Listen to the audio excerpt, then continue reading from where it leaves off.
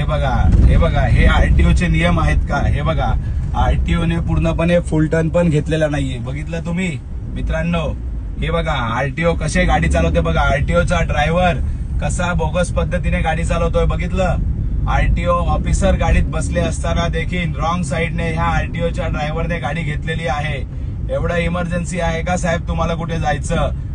नागरिकांना कायदे शिकवणारे आरटीओची गाडी बघितलं. बोईसर मधील टाकी नाक्या परिसरातील एका मुख्य चौकातून कशी त्यांनी रॉंग साईडला गाडी घेतलेली आहे आणि आता ही गाडी बोईसरच्या दिशेने चाललेली आहे.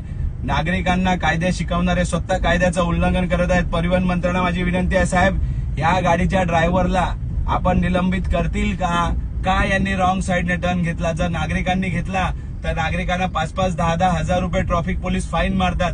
आरटीओ प्रशासन फाईन मारते. ज्या ठिकाणी 40ची स्पीड आहे त्या ठिकाणी 41च्या स्पीडला जरी गाडी चालली तरी 4-4 हजार रुपये फाईन मारणारे हेच आरटीओ प्रशासन. या ठिकाणी रॉंग साईडने ह्या आरटीओच्या प्रशासनाने गाडी चालवलेली आहे.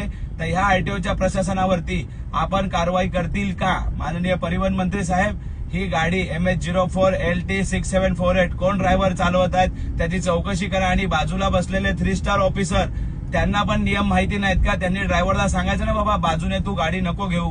का त्यांनी बाजूने गाडी घेतली? या संपूर्ण प्रकरणाची चौकशी करावी. धन्यवाद.